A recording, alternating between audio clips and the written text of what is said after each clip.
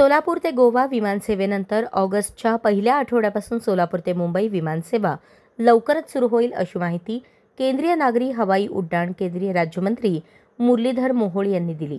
सोलापूर ते गोवा विमानसेवेचे उद्घाटन करण्यासाठी ते आले असता प्रसार माध्यमांशी बोलत होते। 2010 सालापासून सोलापूरची बंद असलेली विमानसेवा तब्बल 15 वर्षांनंतर सुरू झाली आहे। फ्लाय 91च्या माध्यमातून आजपासून सोलापूर ते गोवा ही विमानसेवा सुरू करण्यात आली आहे। याचे उद्घाटन केंद्रीय नागरी हवाई उड्डाण राज्यमंत्री मुरलीधर मोहोळ, सोलापूरचे पालकमंत्री जयकुमार गोरे यांच्या हस्ते करण्यात आले।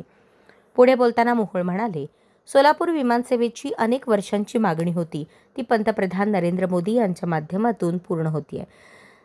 देशात 74 विमानतळ होते, मात्र नरेंद्र मोदी यांच्या प्रयत्नातून 161 विमानतळ सध्या कार्यरत आहेत।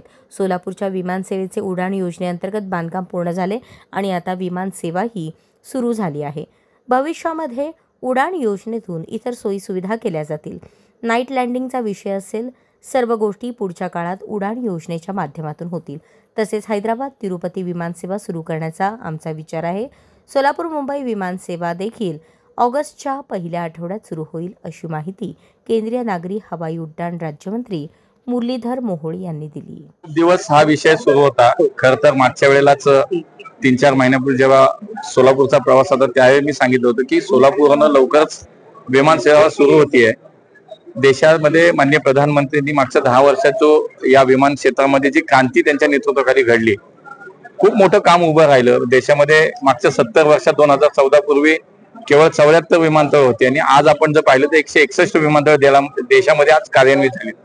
त्यातलंच एक विमानतळ होतं सोलापूरचं आणि उडान योजनेच्या माध्यमातून आज RCS उडानमध्ये सोलापूरच्या विमानतळाचं त्यावेळेला बांधकाम झालं आणि त्यानंतर काही काळ प्रतीक्षा सोलापूरकरांना करावी लागली की विमानसेवेसाठी, पण आज प्रत्यक्षामध्ये सोलापूर आणि गोवा ही विमानसेवा सुरू झाली।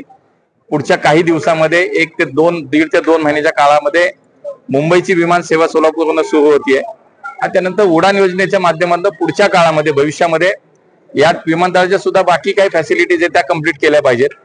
आज त्याच्यामध्ये नाईट लँडिंगचा विषय असेल, त्याच्यामध्ये पुढे भविष्यात एक्सपान्शनचा विषय असेल, या सगळ्या गोष्टीचा विचार करून पुढच्या काळामध्ये उडान योजनेच्या माध्यमातून हैदराबाद असेल, तिरुपती असेल या ठिकाणची विमानसेवा सुरू करण्याचा आमचा विचार नक्की आहे।